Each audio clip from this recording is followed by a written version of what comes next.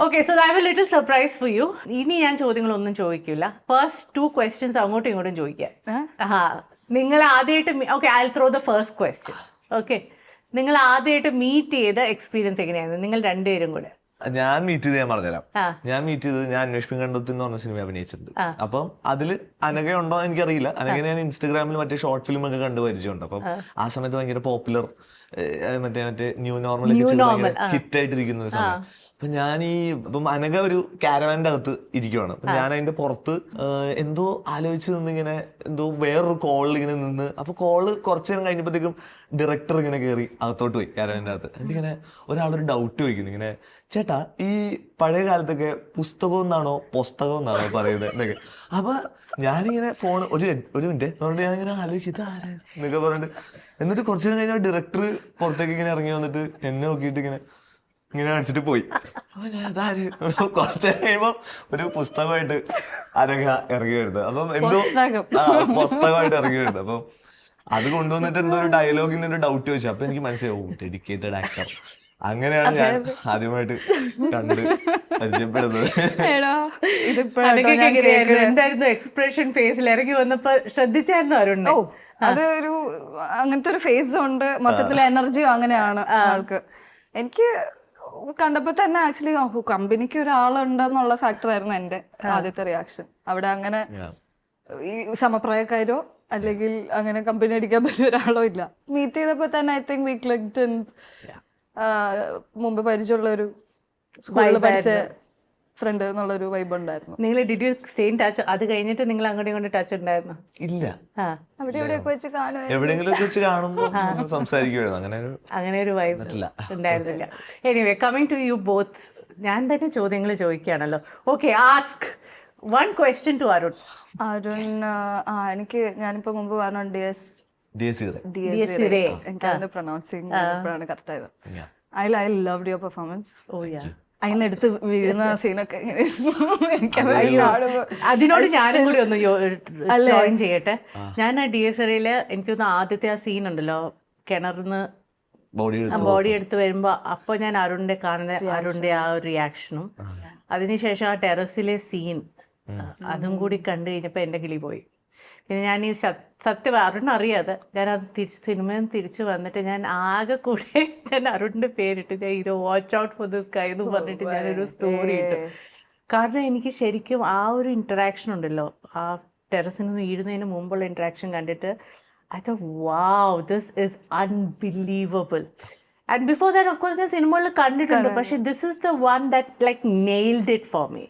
And at that point Arun ഇത് ചെയ്യുമ്പോഴേ അരുൺ ആ ഒരു സെൻസ് ഉണ്ടായിരുന്നു, അത് this is a make or break scene ആണെന്നുള്ളൊരു തോന്നലുണ്ടായിരുന്നു? ഇല്ല, ഞാൻ എന്ത് സീൻ ചെയ്യുമ്പോഴും ഇത് ഒരു ഡു ഓർ ഡൈ ആണ്. ഇത് മാക്സിമം ബെസ്റ്റ് ആയിട്ട് ചെയ്യണം എന്ന് വിചാരിച്ചാ ചെയ്യുന്നത്. അപ്പം ആ സീന് ഭയങ്കര രസമുള്ള സീനാണെന്ന് അറിയാം. അതിൽ നിന്ന് അവിടെ നിന്ന് മറഞ്ഞടിച്ച് വീഴുമ്പോൾ ആൾക്കാരൊന്ന് ഞെട്ടു എന്ന് അറിയായിരുന്നു. അതെങ്ങനെ എടുക്കാൻ പോകുന്നു എന്ന് അറിയാനായിരുന്നു എനിക്ക് കൂടുതൽ എക്സൈറ്റ്മെന്റ്. ആ ഒരു സീനിൽ ഇപ്പം പ്രണവ് ചേട്ടനായിട്ടുള്ള ഒരു ഡൈനാമിക്സ് വർക്ക്ഔട്ട് ചെയ്യാനും ഡയലോഗ്സ് പുതിയത് ഇട്ട് നോക്കാനും. അപ്പം രാഹുലേട്ടൻ ഭയങ്കര ഓപ്പൺ ആയിരുന്നു, ഇഷ്ടമുള്ള ഡയലോഗ് ഇട്ടോ, നിങ്ങൾ ഇംപ്രവൈസ് ചെയ്തു പ്രാക്ടീസ് ചെയ്തോ എന്നൊക്കെ പറഞ്ഞു. ഞാനും പ്രണവ് ചേട്ടനും കൂടെ മാറി നിന്ന് പുതിയ ഡയലോഗൊക്കെ ഇട്ട് ചേട്ടൻ ഇങ്ങനെ പറയാൻ ഇങ്ങനെ പിടിയെന്നൊക്കെ പറഞ്ഞ് ഞാനിങ്ങനെ ഇട്ടിട്ട് അതൊരു ഓർഗാനിക്കലി സംഭവിച്ചൊരു കോൺവെർസേഷൻ ആക്കി മാറ്റി. അതുകൊണ്ടായിരിക്കാം ചിലപ്പോൾ അതങ്ങനെ ഇമ്പാക്ട്ഫുൾ ആയിട്ട് തോന്നിയത്. അതുകൊണ്ടൊരു രസമായിട്ട് തോന്നി. ആ സീൻ അഭിനയിച്ചപ്പോൾ അങ്ങനെ വിചാരിച്ചിട്ടില്ല അങ്ങനെ ഗംഭീരമായിരിക്കും. വീഴുന്നത് എങ്ങനെ ഉണ്ടാവും എന്ന് തിയേറ്ററിൽ കാണാൻ എനിക്കൊരു എക്സൈറ്റ്മെന്റ് ഉണ്ടായി. ബേസിക്കലി ഈ സിനിമ എങ്ങനെയാണ് ഉണ്ടാക്കുന്നത്, ഒരു ഡയറക്ടേഴ്സ് മൈൻഡ് സെറ്റ് ആണ് ഓൾറെഡി, അല്ലേ അരുൺ? പിന്നെ അതെ, എനിക്കൊരു ഓഡിയൻസ് മൈൻഡ് സെറ്റ് ആണ്, കണ്ടാ മതി. What's the question for her? Anagha ഇപ്പം കൊറേ പടം അങ്ങനെ വാരി വലിച്ച് ചെയ്യുന്നില്ലല്ലോ, ഭയങ്കര ചൂസി ആയിട്ടാണോ? അല്ല, എന്ത് ടൈപ്പ് പടമാണ് എക്സൈറ്റ് ചെയ്യുന്നത് തന്നെ? എന്ത് ടൈപ്പ് ആൾക്കാർ വന്ന് കഥ പറയുമ്പോഴാണ് കണക്ട് ആവുന്നത്? What is your thing? What is your filter? ഞാൻ ഭയങ്കര സെലക്റ്റീവ് അല്ല, ഗ്രൗണ്ടഡ് ആയിട്ട് അഭിനയിക്കാൻ വേണ്ടിയല്ല, എനിക്ക് കിട്ടിയത് ഭാഗ്യം കൊണ്ടും വന്ന മൂവീസ് ആണ്. ഈ പറഞ്ഞ പോലെ അറിയുന്ന മൂവീസ് ഒക്കെ ആണെങ്കിൽ കാതിൽ, അന്വേഷിപ്പിൻ കണ്ടെത്തും, അപ്പുറം എന്ന് പറഞ്ഞൊരു മൂവി ചെയ്തിട്ട്. അപ്പൊ ഇതൊക്കെ വന്ന് കറക്റ്റ് ആയിട്ട് വരുന്നതും അത് കേൾക്കുമ്പോൾ എനിക്ക് I don't know, I believe in that magic, I believe in intuition. നമുക്കുള്ളിൽ കൺഫ്യൂഷൻ തോന്നുന്നുണ്ടോ ഇല്ലയോ എന്നുള്ളതാണ് എൻ്റെ ആദ്യത്തെ തീരുമാനം. ആസ് ഇൻ എനിക്കിത് മുന്നോട്ട് പോകണമെന്നുള്ളത് I'm confused on the decision എന്നുള്ളതാണ്. ആദ്യമേ ക്ലിയർ ആയിട്ടുള്ള പടങ്ങളാണ് ഇപ്പോൾ ചെയ്തിരിക്കുന്നതൊക്കെ. ആസ് ഇൻ ആ ഇരുന്ന് സംസാരിച്ച് അവർ കഥ പറയുമ്പോൾ തന്നെ I am very interested in it എന്ന് തോന്നിയ പടങ്ങളാണ് ഞാൻ ചെയ്തിരിക്കുന്നത്. ഞാനിപ്പോഴും പഠിക്കുകയാണ് ഹൗ ടു ബി മോർ, ഇപ്പൊ ആ ഒരു കൺഫ്യൂഷൻ മാറ്റി വെച്ച് ബെറ്റർ ഡിസിഷൻസ് എടുക്കാൻ നോക്കുകയാണ്. പക്ഷെ ഞാൻ പറഞ്ഞ ഭാഗ്യമാണ്, എന്തോ കറക്റ്റായിട്ട് വന്നിട്ടുണ്ട് അങ്ങനത്തെ മൂവീസ്. ആ കൺഫ്യൂഷൻ ഉണ്ടാവാറുണ്ട് ഇപ്പോഴും മൂവീസ് വരുമ്പോ? ഇല്ല, അങ്ങനെ എനിക്കങ്ങനെ എനിക്ക് ഇഷ്ടമുള്ള തരം സിനിമകളാണ് എനിക്ക് പെട്ടെന്ന് മനസ്സിലാവും. ആൾക്കാരെ കാണുമ്പോഴും അവരോട് സംസാരിക്കുമ്പോഴും മനസ്സിലാവും. അപ്പൊ ഈസിലി കണക്ട് ആവുക, എക്സൈറ്റ് ചെയ്യുകയും ചെയ്യും. ചിലപ്പോൾ ഒരാൾ വന്ന് സംസാരിക്കുമ്പോൾ തന്നെ കഥ കേൾക്കണം എന്നില്ല, അവരുടെ അടുത്ത് സംസാരിക്കുമ്പോൾ തന്നെ ഓക്കെ ഇവരൊരു പുതിയ പരിപാടിയുണ്ട്, നമുക്ക് എക്സ്പ്ലോർ ചെയ്താൽ നമ്മളും വളരും അവരും വളരും എന്ന് പറയുന്ന പോലത്തെ സാധനം. പക്ഷെ ഇപ്പം സപ്പോസ് ഒരു ഗംഭീര മേക്കർ ഇപ്പം നമ്മളെ വിളിക്കുവാണ്, ഓൾറെഡി നോൺ പേഴ്സൺ, അപ്പൊ നമുക്ക് പിന്നെ ഒന്നും നോക്കണ്ട, എനിക്ക് കഥ ഒന്നും വേണ്ട, ഞാൻ വരാം, ഞാൻ റെഡി ആയിട്ട് നിൽക്കുകയാണ് എന്തിനും. അപ്പം അപ്പൊ എനിക്ക് ഓക്കെയാണ്, അങ്ങനെ ഒരു കൺഫ്യൂഷൻ ഇല്ല. കാതല് ഈ പറഞ്ഞ കാതൽ അന്വേഷിപ്പൻ കണ്ടെത്തും ഒക്കെ അങ്ങനെയായിരുന്നു. കാരണം കാസ്റ്റും ഒക്കെ ടീമും ഒക്കെ I was like, okay, I don't care about character, I am just gonna do it. But അതിനൊരു ക്യാരക്ടറിനും ഡെപ്ത് ഉള്ള ക്യാരക്ടേഴ്സ് ആയിരുന്നു അത്, താങ്ക് ഗോഡ്. ഇപ്പൊ ഇൻഡസ്ട്രിക്കകത്ത് നിങ്ങൾക്ക് മെന്റേഴ്സ് എന്ന നിലയ്ക്ക് നിങ്ങളുടെ ക്യാരക്ടർ പേഴ്സണൽ അതെ അതുപോലെ പ്രൊഫഷണലി നിങ്ങളെ മോൾഡ് ചെയ്ത ഇൻഫ്ലുവൻസസ് ആരൊക്കെയാണ്? Both of you. Rahul of course for you in a big way. രാഹുലേട്ടൻ ഡെഫിനറ്റ്ലി. എനിക്ക് കരിയറിൽ ഡിസൈൻ കരിയർ സ്റ്റാർട്ട് ചെയ്തപ്പം ഏറ്റവും കൂടുതൽ എന്നെ ഇൻഫ്ലുവൻസ് ചെയ്തത് നിമിഷേട്ടനും കൂടെയാണ്. നിമിഷേവി DOP, പുള്ളി എന്നെ എനിക്ക് ആദ്യത്തെ നല്ല പടങ്ങളൊക്കെ തരുന്നതൊക്കെ നിമിഷേട്ടനാണ്. ഗൈഡ് ചെയ്യുന്നത്, ഇപ്പൊ കളർ പാലറ്റിനെ കുറിച്ച് പഠിപ്പിച്ചു തരുന്നതും പുള്ളി ചില സമയത്ത് എടുത്തിട്ട് കളർ ഗൈഡ് ചെയ്ത് തിരിച്ചയച്ചു തരും, ഇതേപോലെ മാച്ച് ചെയ്യുന്നൊക്കെ പറയും. അപ്പൊ നമ്മുടെ ടീമിലെ എല്ലാവരുമായിട്ടും ഭയങ്കര ബോണ്ടിങ് ഉണ്ട്. നിമിഷേട്ടൻ എപ്പോഴും കണക്റ്റഡ് ആണ്, സോ ഭയങ്കര അപ്ഡേറ്റഡ് ആണ് എല്ലാ കാര്യത്തിലും. ഹി നോസ് ഡിഫറെൻറ്റ് ടെക്നീക്സ്, പുതിയ പുതിയ പരിപാടികൾ. ഇപ്പം AI തന്നെയുള്ള ഏറ്റവും പുതിയ അഡ്വാൻസ്മെന്റ്സ് യൂസ് ചെയ്യുന്നുണ്ട് പുള്ളി നിലവിൽ. സോ അതുകൊണ്ട് എനിക്കും പുള്ളിയുടെ അടുത്ത് എന്ത് ഡൗട്ട് ഉണ്ടെങ്കിലും ഇപ്പോൾ ഒരു പോസ്റ്റർ ചെയ്ത് അത് ബോറാണെന്ന് തോന്നുന്നുണ്ടെങ്കിൽ ഞാൻ നിമിഷേട്ടനെ അയച്ചു കൊടുക്കും, എന്തൊക്കെയുണ്ട് ഇത് മാറ്റാമോ എന്നൊക്കെ ചോദിക്കുമ്പോൾ പുള്ളി കുറേ സജഷൻ തരും. പുള്ളിക്ക് ഡിസൈനും കൂടെ അറിയായിരുന്നെങ്കിൽ ഞാൻ പുള്ളിയെ വിളിച്ചാൽ. അപ്പോൾ അത്രയും ഭയങ്കര എനിക്കൊരു, അപ്പം കുറിപ്പാണെങ്കിലും സാറാസ് ആണെങ്കിലും ഇപ്പം ലോക എല്ലാത്തിലും എന്നെ പുഷ് ചെയ്ത് കയറ്റിയത് നിമിഷേട്ടനാണ്. അപ്പം നമ്മുടെ ടീമിനും പുള്ളി ഭയങ്കര ഇഷ്ടമാണ്. രാഹുലേട്ടനും അതേപോലെ തന്നെ ആസ് എ ഡയറക്ടർ എനിക്ക് കുറേ ആക്ടിങ് സജഷൻസും പിന്നെ കരിയർ അഡ്വൈസുകളൊക്കെ തരുന്നൊരു ആളാണ്. ഇവർ രണ്ടുപേരും മെയിൻലി ആക്ടിങ് വിഷയം വിജയരാഘവൻ സാറായിട്ടും സംസാരിക്കാറുണ്ട്. പൂക്കാലത്തിന് ശേഷം ഇടയ്ക്കിടയ്ക്ക് വിളിച്ച് ഇത് ഓരോരോ കാര്യങ്ങളൊക്കെ ചോദിക്കും. അപ്പം ഭയങ്കര രസമുള്ളൊരു ടേക്ക് കിട്ടും ഓരോ കാര്യത്തിൽ. എന്താ ഒബ്സർവ് ചെയ്ത് അദ്ദേഹത്തിന്റെ ആക്ടിങ് സ്റ്റൈലിനെ കുറിച്ചോ അല്ലെങ്കിൽ അദ്ദേഹത്തിന്റെ മെത്തേഡിനെ കുറിച്ചോ? Because is one of the most phenomenal actors we have. Mind blowing. പൂക്കാലവും എനിക്ക് ഭയങ്കര അത്ഭുതമായിരുന്നു. ആളെ ക്യാരക്ടർ പ്ലേ ചെയ്യുന്ന, അതെ, സോ റിയലിസ്റ്റിക്. അതാ. അപ്പം ഭയങ്കര പുതിയ ടെക്നിക്സ് ഉണ്ടെന്ന് സാർ ഇങ്ങനെ പറയുമായിരുന്നു. ഇങ്ങനെ എനിക്കിപ്പോൾ കരയാൻ ഞാൻ പ്രാക്ടീസ് ചെയ്ത് എനിക്കിപ്പോൾ ഒരു ബട്ടൺ ഉണ്ട്. ഇപ്പം കണ്ണിൽ എനിക്കൊരു പ്രത്യേക ഒരു ഫീലിംഗ് കൊണ്ടുവന്ന് കഴിഞ്ഞാൽ ഈസിലി കരച്ചിൽ വരും. ഞാനിപ്പോൾ ഇങ്ങനെ ആലോചിക്കണമെങ്കിൽ ഞാൻ ഇങ്ങനെയൊക്കെ കുറേ ഓപ്ഷൻസ് ഉണ്ട് എൻ്റെ കയ്യിൽ. അപ്പം അങ്ങനത്തെ രീതിയിലൊക്കെ എനിക്ക് പ്ലേ ചെയ്യാൻ പറ്റും എന്നൊക്കെ പറഞ്ഞാൽ കുറേ, കാരണം അത്രയും ഡെയിലി ചെയ്ത് sir like fine tuned it. അപ്പം ഇങ്ങനത്തെ കുറച്ച് കാര്യമൊക്കെ പറഞ്ഞു. കഥകളുണ്ട് സാറിൻ്റെ കയ്യിൽ, കുറേ പഴയ കാലം തൊട്ടുള്ള കഥകൾ, സാറിൻ്റെ അച്ഛൻ്റെ കഥകൾ. അപ്പം ഇതൊക്കെ കേൾക്കാൻ ഞാനായിരുന്നു സെറ്റിൽ ഫുൾ ടൈം കൂടെ ഇരുന്ന്. അപ്പൊ പറഞ്ഞു അങ്ങനെ ഞാൻ സാറിന്റെ വീട്ടിലൊക്കെ പോയിട്ടുണ്ട്, കോട്ടയത്ത് വീട്ടിലൊക്കെ പോയിട്ടുണ്ട്. അടിപൊളി രസമാണ്. എനിക്ക് എല്ലാ സിനിമയിലും ആ ഒരു സ്പേസിൽ ഒരാളുണ്ടാവും. പക്ഷെ ഫ്രം ദ വെരി ബിഗിനിങ് എനിക്ക് തോന്നുന്നു Martin Prakkat sir was the first person that even made me come into acting. He's a big reason that I'm here. കാരണം ആളാണ് പറഞ്ഞത്. ഞാൻ മറ്റേ എനിക്ക് അണ്ടർഗ്രൗണ്ട് സീനിലൊക്കെ നടന്ന ഡാൻസ് പരിപാടിയൊക്കെ ആയിട്ട് ഐ തോട്ട് കമേഴ്ഷ്യലൈസ് ചെയ്യുന്നത് is a big no for me. അങ്ങനെയൊക്കെ ആയിരുന്നു എൻ്റെ കോൺസെപ്റ്റ് ആ സമയത്ത്. As a teenager we had that thing.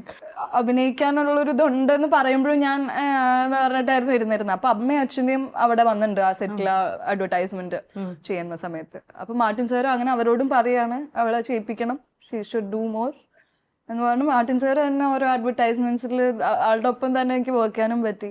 So he was a big factor on me trying acting from the beginning. അപ്പോൾ so that first short film happened ഈ ads കാരണമാണോ first short film കിട്ടിയത്? Short film എങ്ങനെയാന്ന് വെച്ച് കഴിഞ്ഞാൽ മുനീഷ, അത് എനിക്ക് Munisha is another person that I would ask for advice what to do. പിന്നെ വിമൽ എന്ന് പറഞ്ഞ അതിന്റെ പ്രൊഡ്യൂസർ, ന്യൂ നോർമലിന്റെ പ്രൊഡ്യൂസർ വിമലേട്ടൻ is also big factor. It's not just എനിക്ക് ആ സിനിമ എന്നുള്ളതിനേലും how to be a personality from this industry എന്നുള്ളതിൽ എനിക്ക് ഞാൻ ആ കാര്യത്തിൽ വളരെ പിന്നോട്ടാണ്. ഞാൻ ബെറ്റർ ആയിക്കൊണ്ടിരിക്കുകയാണ് എവറി ഡേ. അപ്പോൾ ഇവരൊക്കെയാണ് എന്നെ കുറേയൊക്കെ ഹെൽപ്പ് ചെയ്തിട്ടുള്ളതിൽ. വിമലേട്ടനാണേലും മൊനിഷ ആണേലും. ഷോർട്ട് ഫിലിം നടന്നത് മൊനിഷ വി ന്യൂ വേ ബിഫോർ. നമ്മളിങ്ങനെ ആർട്ട് പരിപാടി ഫെസ്റ്റിവൽസിനൊക്കെ മീറ്റ് ചെയ്തിട്ടുണ്ട്. കഫേയിൽ എപ്പോഴും ഞാൻ ചില്ല് ചെയ്യാൻ പോകുമായിരുന്നു. അപ്പം അങ്ങനെ മൊനിഷ ഇങ്ങനെ ഒരു പരിപാടി ഉണ്ട്, നമുക്ക് ചെയ്താലോ. കാരണം അഭിനയിക്കുന്നുണ്ട് ആ സമയത്തൊക്കെ ഞാൻ. അതാ എനിക്ക് from every set I have that one person that I look up to. നിങ്ങൾ രണ്ടുപേരും ഒരു കോമണാലിറ്റി ഉള്ളതെന്ന് വെച്ച് കഴിഞ്ഞാൽ മമ്മൂക്കയാണ്. I mean for you Kaathal being the first film and ഇദ്ദേഹം എന്താണ് രാജകുമാരൻ, I sorry that short film. അത് മമ്മൂക്കയുടെ ബയോഗ്രഫി അല്ലേ? അപ്പൊ അതിനകത്ത് എന്തായിരുന്നു ചെയ്തത്? ചെറിയ റോള്. അതിൽ മെയിൻ ലീഡായിട്ട് അഭിനയിച്ച എന്റെ കൂട്ടുകാരനാണ്. നമ്മുടെ നാടകക്കളരിയിൽ നിന്ന് കുറെ പിള്ളേര് പോയ കൂട്ടത്തിലുള്ള ഒരു പയ്യനായിരുന്നു ഞാൻ. അപ്പൊ എത്ര 5ാം ക്ലാസ്സിലല്ലേ? 7ാം ക്ലാസ്സിൽ ജൂഡ് ആന്റണി ജോസഫ് സാറാണ് ഡയറക്റ്റ് ചെയ്തത്. അപ്പൊ നിങ്ങൾ ശരിക്കും ഒരു കോമണാലിറ്റി ഉള്ള മമ്മൂക്ക കണക്ഷൻ ഉണ്ട്. Tell me about your scene with Mammukka in Kaathal. ആദ്യമായിട്ട് കാണുമ്പോൾ what was the interaction like and what was it for you, Arun? Because എനിക്കറിയാം, I mean, he has got a very playful side to him also. അപ്പൊ അത് it would have been very interesting to meet him the first time. ഇല്ല, ഞാൻ actually മമ്മൂക്കായിട്ട് mingle ചെയ്യുന്നതൊക്കെ കണ്ണൂർ സ്ക്വാഡിന്റെ സെറ്റിലും അതിന്റെ design ചെയ്യുന്ന സമയത്ത്. അതിനുശേഷം ബ്രഹ്മയുഗത്തിലൊക്കെയാണ് നമ്മൾ ആദ്യമായിട്ടൊന്ന് നേരിട്ട് സംസാരിക്കാൻ പറ്റുന്നതൊക്കെ. അപ്പം കണ്ണൂർ സ്ക്വാഡിന്റെ സമയത്ത് ഞാൻ ചെന്നപ്പോഴത്തേക്ക്, ഞാൻ ഇങ്ങനെ ഐപാഡൊക്കെ ആയിട്ട് ചെന്നപ്പോഴത്തേക്ക് എൻ്റെ അടുത്ത് ഇങ്ങനെ കുറെ നേരം എന്നെ ഇങ്ങനെ നോക്കിയിട്ട് സൈലൻസ് ആയിരുന്നു. പുള്ളി ഇങ്ങനെ എന്നെ വിളിച്ച് വന്നടാ, എന്താടാ സ്കൂളിൽ പോയില്ലേ എന്നൊക്കെ ചോദിച്ചു. ഞാൻ പറഞ്ഞില്ല, ഞാൻ കോളേജൊക്കെ കഴിഞ്ഞതാ. എന്താണ് ഇവിടെ ക്ലാസ് കട്ട് ചെയ്താ എന്നൊക്കെ ആ ഒരു മൂഡിലാണ് സംസാരിക്കുന്നത്. ഫൺ. എന്നിട്ട് നമുക്ക് ഇങ്ങനെ ഡിസൈൻസ് ഒക്കെ നോക്കി കുറെ പരിപാടിയൊക്കെ നോക്കിയിട്ട് ഇങ്ങോട്ട് കുറെ സജഷൻ തന്ന് ഞാൻ പറഞ്ഞു നമുക്കൊരു ഫോട്ടോഷൂട്ട് ചെയ്യാം എന്നൊക്കെ പറഞ്ഞപ്പോൾ നോക്കാം, എന്തുകൊണ്ടും ചെയ്യാം എന്നൊക്കെ പറഞ്ഞ് അങ്ങനെ. പിന്നെ ബ്രഹ്മയുഗത്തിന്റെ സമയത്താണ് കുറച്ചുകൂടെ മറ്റേ പ്ലേഫുൾ ഒരു ഇതിൽ എനിക്ക് ഡയറക്റ്റ് ചെയ്യാൻ പറ്റും നമുക്ക് ഫോർ ആ ഫോട്ടോഷൂട്ട്. അപ്പം അപ്പൊ ഇങ്ങനെ മറ്റേ ഫസ്റ്റ് പോസ്റ്റർ ഉണ്ടല്ലോ നമുക്ക് ഇരിക്കുന്നത്, അപ്പൊ അതിന് വേണ്ടിയിട്ട് ഇങ്ങനെ ഒന്ന് ലൈറ്റ് അപ്പ് ഒക്കെ ചെയ്ത് ഒന്ന് ഇരിക്കുമോ, ഇങ്ങനെ ഒന്ന് ചെയ്യാവോ എന്നൊക്കെ ചോദിക്കുമ്പോൾ നമുക്ക് എനിക്കറിയാം ഇന്നിപ്പോ ഞാൻ ചെയ്തോളാം. ഓക്കെ. അപ്പൊ അത്തരത്തില് ഒരു ഭയങ്കര നല്ല അടിപൊളി എക്സ്പീരിയൻസ് ആണ് നമുക്കൊരു സംസാരിക്കാൻ. കാരണം അതിനുശേഷം ഇപ്പൊ നമ്മൾ പുറത്തൊക്കെ ഇറങ്ങി ഇരിക്കുമ്പോഴത്തേക്കും ഇങ്ങനെ എൻ്റെ അടുത്ത് ഇങ്ങനെ ചോദിക്കും, ഞാനിപ്പോ ഡാവിഞ്ചി റിസോൾവ് പഠിക്കാൻ നോക്കുന്നുണ്ട്, ഇപ്പൊ അത് ഇത് എങ്ങനെയാണ് അതിന്റെ പരിപാടി, ഗ്രേഡ് ചെയ്യാൻ കൊള്ളാമോ എന്നൊക്കെ. ഞാൻ എനിക്കറിയില്ല അങ്ങനെ പറഞ്ഞിട്ട് ഇപ്പം റീസെന്റ് ഞാൻ പേട്രിയോണിന്റെ ഡബ്ബ് കിടക്കുന്നിടത്ത് പോയപ്പോഴും ഇങ്ങനെ എൻ്റെ അടുത്ത് പറഞ്ഞു, ഞാൻ മാക്കിന്റെ M5 വാങ്ങിച്ചു, എഡിറ്റിംഗ് പഠിക്കണം. എന്നിട്ട് മഹേഷന്റെ അടുത്ത് ചോദിക്കണം എങ്ങനെ എഡിറ്റിംഗ് ഇങ്ങനെ തുടങ്ങുന്നത് എന്നൊക്കെ. അങ്ങനെ അപ്പൊ മഹേഷൻ പറഞ്ഞു അത് എഡിറ്റിംഗ് പഠിപ്പിക്കാൻ പറ്റില്ല, അത് ചെയ്താൽ മതി, പഠിക്കാം. അപ്പം ഭയങ്കര രസമാണ്, ഫണ്ണാണ് നമുക്ക് അടുത്ത് പോകുമ്പോ തന്നെ. നമുക്ക് എന്നെ ഒരു ഫിലിമിന് റെക്കമെൻഡ് ഒക്കെ ചെയ്ത എൻ്റെ അടുത്ത് ഇങ്ങനെ ഇതുപോലെ തന്നെ മീശയും താടിയൊക്കെ വളരുമോ ഒന്ന് വളർത്തി നോക്ക്, ഞാൻ വിളിക്കാം ഒരു പടത്തിന്. അതുകൊണ്ട് ശ്രമിക്കണം, കഷ്ടപ്പെട്ട്. അപ്പൊ അങ്ങനെയൊക്കെ എനിക്ക് ഭയങ്കര I M so glad and you're so fond of him, I can see. See that when he talks. അനക്കൊക്കെ എനിക്ക് പറ്റുന്ന ആരും പറഞ്ഞപ്പോ അതേപോലെ എനിക്ക് റിലേറ്റ് ചെയ്യാൻ പറ്റുന്നത്. കാരണം ആൾക്ക് കുറെ ടെക്നോളജി അല്ലെങ്കിൽ അങ്ങനത്തെ കുറെ കാര്യങ്ങളിൽ ഭയങ്കര അപ്ഡേറ്റഡ് ആള്. അതിനെപ്പറ്റി കൂടുതൽ അറിയാനും ഭയങ്കര ആഗ്രഹം തോന്നിയിട്ട് ആളുടെ ഇതിൽ ഉണ്ട്, ക്യാരക്ടറിലുണ്ട്. അപ്പോൾ first time first shot was that basketball. ഞാൻ അവിടെ സീനൊക്കെ ആലോചിച്ചുകൊണ്ട് ഡയലോഗ് പഠിച്ചുകൊണ്ടിരിക്കുകയാണ്. നമുക്ക് സൈഡില് Not really. Okay. I don't know how to explain that nervousness that I have. It's very different.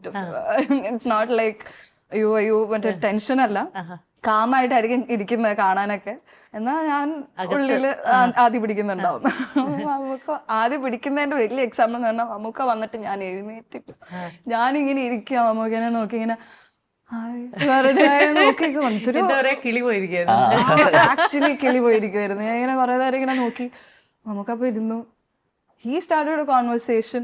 അപ്പോഴാണ് ഞാൻ മനസ്സിലാക്കുന്നത് അക്കു നീയൊന്നും മിണ്ടുന്നില്ലാതിരുന്നു, who is sitting beside you എന്നുള്ളത്. ആൾ എന്നിട്ട് ഫോണൊക്കെ കാണിച്ചു തന്ന് ആളുടെ എന്തോ ഒരു സോഷ്യൽ മീഡിയയിൽ എന്തോ പോസ്റ്റ് വന്നിട്ട് he's talking about it to me. അപ്പൊ ഞാനും തിരിച്ചഭിപ്രായം എന്തെങ്കിലുമൊക്കെ പറയണമല്ലോ, എന്തൊക്കെയോ പറഞ്ഞു. അതും പൊട്ടത്തെറ്റായിരുന്നു. പിന്നെ ആള് മൈൻഡ് ചെയ്യാണ്ട് ആള് വേറെ എന്തോ കോൺവെർസേഷനിലേക്ക് പോയി നമ്മളൊന്ന് ഈസി ആക്കാൻ വേണ്ടി. പിന്നെ ഐ തിങ്ക് ഓവർ ടൈം ഈ ഞാൻ ആ ജീൻസ് അവിടെ ഞാൻ ഇട്ടോണ്ട് വരുന്ന എനിക്ക് ഇങ്ങനെ ഒരു കീറിയ ജീൻസ് ഉണ്ട്, മറ്റേ നല്ലോണം കീറിയ ഒരു ജീൻസ് ഉണ്ട്. ആള് വണ്ടിയിൽ നിന്ന് ഇറങ്ങി, രാവിലെ വരുന്ന വണ്ടിയിൽ നിന്ന് ഇറങ്ങി നേരെ എന്നെ നോക്കിയിട്ട് എന്തോ ഇത് അപ്പൊ ആള് ഭയങ്കര ഫ്രണ്ട്ലി ആണ്. നമുക്കിങ്ങനെ ഒരു ഇത് ഫീൽ ചെയ്തിട്ടില്ല ആൾക്ക് അങ്ങനെ ഭയങ്കര റെസ്പെക്ട് കൊടുക്കണം എന്നുള്ള ഒരു സാധനം ആള് ഇങ്ങോട്ട് നമുക്ക് ഫീൽ ചെയ്യിപ്പിച്ചിട്ടില്ല. എപ്പോഴും എന്തെങ്കിലും ഇങ്ങനെ കളികള് പറഞ്ഞ പോലെ വർക്ക്ഔട്ട് ചെയ്യാം, നമുക്ക് കാഫ് റേസ് ചെയ്യാം എന്ന് പറഞ്ഞിട്ട് in between short will be standing and he's like വർക്ക്ഔട്ടിനെ പറ്റി കുറെ സംസാരിക്കും. ആൾക്ക് അത് ഭയങ്കര ഇഷ്ടമാണ്. ഞങ്ങളെ കൊണ്ട് ഇങ്ങനെ കാഫ് റേസ് എന്ന് പറഞ്ഞാൽ അവിടെ നിന്ന് ഞങ്ങൾ കാഫ് റേസ് ചെയ്യും. This is so interesting. അതെ, ഞാൻ നേരത്തെ പറഞ്ഞില്ലേ, ഞാൻ ഇൻട്രൊഡക്ഷന്റെ ഭാഗമായിട്ട് പറയേണ്ട കാര്യമാണ്, ഇദ്ദേഹം എസ്തെറ്റിക് കുഞ്ഞമ്മ എന്നൊരു ഡിസൈൻ ഹൗസിന്റെ കോ ഫൗണ്ടറും കൂടിയാണ് അരുൺ.